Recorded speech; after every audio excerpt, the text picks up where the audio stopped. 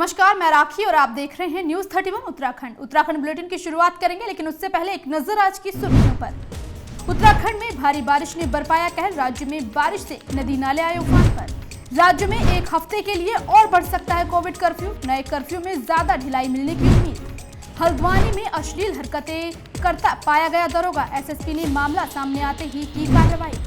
हल्द्वानी में केवाईसी नहीं होने पर अब नहीं मिल पाएगा राशन। शहर में 24,000 यूनिट निरस्त होने से होगी परेशानी। रामनगर में आज कोसी रोड के रामलीला ग्राउंड में अखिल ब्राह्मण उत्थान महासभा का एक दिवसीय प्रदेश स्तरीय सम्मेलन शुरू हुआ। इस दौरान सम्मेलन में महासभा के प्रदेश अध्यक्ष पंडित विशाल शर्मा का ब्राह्मण समाज के लोगों ने जोरदार स्वागत किया, तो वहीं समाज के लोगों ने नगर में एकजुटता का परिचय देते हुए रैली भी निकाली। वहीं सम्मेलन में प्रदेश के विभिन्न कोनों से आए लोगों ने प्रतिभाग किया। इस दौरान सम्मेलन में बोलते हुए प्रदेश अध्यक्ष पंडित विशाल शर्मा ने कहा कि आज तक सभी राजनीतिक पार्टियों ने ब्राह्मण समाज को वोट बैंक के रूप में इस्तेमाल करते हुए समाज की उपेक्षा की है, जिसे अब सहन नहीं किया जाएगा। उन्होंने कहा कि आज शिक्षक दिवस पर यह सम्मेलन आयोजित किया जा रहा है, जिसमें शिक्षा के क्षेत्र में समाज में अच्छा काम करने वाले लोगों को महासभा की ओर से सम्मानित किया गया है। उन्होंने कहा कि ब्राह्मण समाज की 10 सूत्रीय मांगों को लेकर आज सरकार को अल्टीमेटम दिया जाएगा। अगर 15 सितंबर तक सरकार ने उनकी मांगों को नहीं सुना तो 16 सितंबर से हल्द्वानी बुद्ध पार्क में श्रमिक और आमरण अनशन करते हुए आंदोलन को पूरे प्रदेश में चलाया जाएगा।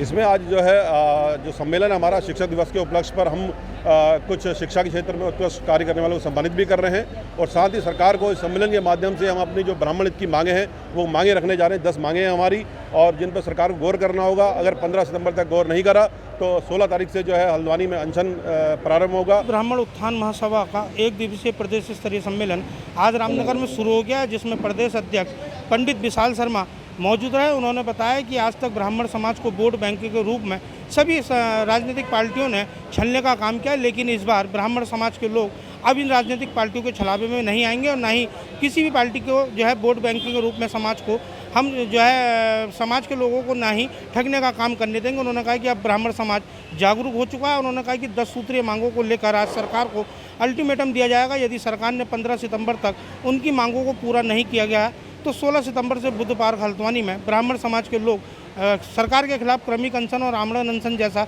कदम उठाने के लिए मजबूर होंगे। साथ ही उन्होंने कहा कि अब 2022 के विधानसभा चुनाव में भी जो है एक ब्राह्मण समाज की अहम भूमिका रहेगी, जिसको लेकर जो भी समाज हित की बात करेगा या ब्राह्मण समाज के उत्थान की बात करेगा उसी के पक्ष में जो है ब्राह्मण समाज खड़ा होगा। उन्होंने सरकार को चेतावनी देते हुए कहा है कि अब ब्राह्मण समाज पूरी तरह जागरूक हो गया है, किसी भी प्रकार के छलावे में समाज के लोग नहीं आएंगे। और भी कई महत्वपूर्ण निर्णय आज इस सम्मेलन के माध्यम से लिए गए हैं। सम्मेलन से पूर्व ब्राह्मण समाज के लोगों ने अपना एकता का परिचय देते हुए रामनगर में प्रभात फेरी निकालकर भी लोगों को जागरूक करने का काम किया है। रामनगर से राजीव अग्रवाल के साथ कैमरामैन बंटी अरोड़ा, न्यूज़ 31 उत्तराखंड। उत्तरकाशी के उपला टकनौर के क्षेत्र में पहुंचे पूर्व विधायक विजयपाल सजवाण ने कहा कि उपला टकनौर के युवा बढ़ चढ़कर कांग्रेस पार्टी के साथ शामिल हो रहे हैं। उन्होंने कहा कि वो युवाओं को विश्वास दिलाते हैं कि जो आज कांग्रेस पार्टी के साथ जुड़े हैं उन्हें पार्टी में पूरा सम्मान दिया जाएगा। साथ ही उन्होंने कहा कि बीजेपी की डबल इंजन की सरकार ने जो झूठे वादे किए हैं उन्हें जनता के सामने लाया जाएगा। उन्होंने कहा कि पंडा समाज से कोरोना के कारण कई लोग प्रभावित हुए हैं। सरकार की तरफ से इन लोगों को कोई पैकेज नहीं दिया गया है। उन्होंने कहा कि हमारा मिशन 2022 के चुनाव में बहुमत से जीतना है। धर्मेण हन्यतु शत्रु जतु धर्म ततु जया। आज उपला टकनौर की पूरी जनता आज कांग्रेस के साथ खड़ी हो रही है, और जितने भी युवा लोग हैं हम सब लोग खड़े हो रहे हैं। धर्म के 30 लक्षण बताए गए और उनमें से 5 मेन लक्षण बताए गए। उनमें एक विधर्म होता है। जो आज बीजेपी की सरकार है ये विधर्मी का कार्य कर रहे हैं। पूरे देश में एक सुंदरतम स्थान है जहां पर पर्यटन और उद्यान की अपार संभावनाएं हैं, लेकिन वर्तमान सरकार ने बार बार नारा देती है 13 जनपद 13 डेस्टिनेशन पर्यटन के लिए उन्होंने चिन्हित किए हैं। वो उनका चिन्हीकरण का तरीका ये हर्षिल क्षेत्र उनके मानक में नहीं आया, दायरा क्षेत्र उनके मानक में नहीं आया। उपला टकनौर के युवाओं के द्वारा आज युवा युवाओं का संकल्प के माध्यम से आज उपला टकनौर के युवाओं के द्वारा यहाँ पर आज भारी संख्या में बैठक की गई, और भारी संख्या में यहाँ के युवाओं ने कांग्रेस पार्टी में सम्मिलित हुए हैं। ऊधम सिंह नगर जिले की धार्मिक नगरी नानकमता के नानक सागर डैम में विधायक डॉक्टर प्रेम सिंह राणा ने जिला पर्यटन विभाग के सहयोग से वाटर स्पोर्ट्स का शुभारंभ किया। इस दौरान लोगों ने नानक सागर डैम में वाटर स्पोर्ट्स खुलने से क्षेत्र में पर्यटन और स्वरोजगार के नए अवसर बढ़ने की संभावना जताई है। वहीं इस मौके पर स्थानीय विधायक ने कहा कि नानकमता डैम में वाटर स्पोर्ट की संभावनाओं को देखते हुए जिला पर्यटन विभाग की ओर से टिहरी डैम की तर्ज पर साहसिक वाटर स्पोर्ट्स का शुभारंभ किया गया है। इस अवसर पर विधायक डॉक्टर प्रेम सिंह राणा ने मुख्यमंत्री पुष्कर सिंह धामी से वीडियो कॉल कर वाटर स्पोर्ट्स शुरू करवाए जाने के लिए सीएम का आभार जताया। गुरुद्वारा पवित्र स्थान में नानक सागर बांध भी अपने आप में अलग पहचान थी और इस नानक सागर बांध को पर्यटन की दृष्टि से डेवलपमेंट करने के लिए जब से मैंने विधानसभा की मेरे हाथ में कमान आई तब से हमने लगातार प्रयास किया।